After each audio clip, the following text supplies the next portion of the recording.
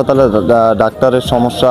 আসলে হাসপাতালে রুগী আনলে প্রাথমিক কোনো চিকিৎসাই নেই, আসলে সেরকম চিকিৎসা সেবা দেওয়ার মতো কিছু নাই। তো এই বিষয়গুলো আসলে আজকে আমি তুলে ধরার চেষ্টা করব। চলুন ভিতরে।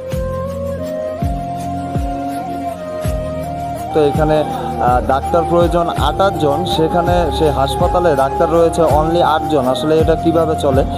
আপনারা দেখতেই পাচ্ছেন এখানে যে পরিমাণে রুগী রয়েছে, আসলে 8 জন ডাক্তারের মধ্যে 8 জনই তো আর ডিউটি থাকে না, হয়তো কারো নাইট থাকে, হয়তো কারো ডে থাকে।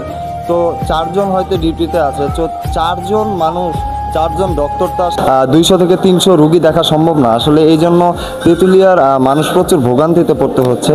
যেখানে একটা কথাই তো বোঝা যাচ্ছে, যেখানে ডাক্তার প্রয়োজন 28 জন, সেখানে ডাক্তার রয়েছে অনলি মাত্র 8 জন। তো কিভাবে চিকিৎসা হচ্ছে, কেমন চিকিৎসা হচ্ছে, এটা বলার মতো আর কিছু নাই, বলার মতো কিছু থাকে না। আসলে পরিষ্কার পরিচ্ছন্নতারও একটা বিষয় আছে। আমি যেটা বললাম, যেখানে 28 জন ডাক্তারের প্রয়োজন, সেখানে অনলি আছে 8 জন। আর পরিষ্কার পরিচ্ছন্নতার ব্যাপারে সেটা হলো কয়জন প্রয়োজন সেটা আমি জানি না, কিন্তু পরিষ্কার পরিচ্ছন্নতা দিক থেকে কিন্তু হসপিটালের অবস্থা খুবই খারাপ। রুগী নিয়ে আসলে ওই ডেটল আর হচ্ছে নাপার প্যারাসিটামল ছাড়া কিচ্ছু নাই।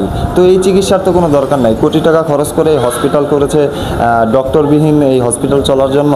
তো এই বিষয়গুলো কেউ নজরে আনছে না। আমি তেঁতুলিয়া নির্বাহী অফিসারের কাছে আবেদন জানাবো, আমি আমার জায়গা থেকে আবেদন জানাবো যেন এখানে ডক্টর নিয়োগ দেওয়া হয়। আসলে অবস্থা খুবই খারাপ হসপিটালে, রুগীকে ভোগান্তিতে পড়তে হচ্ছে, সিরিয়াল দিয়ে মানে দাঁড়িয়ে থাকতে হচ্ছে। তো এই বিষয়টা সবাই নজরে আনবেন আমি মনে করছি।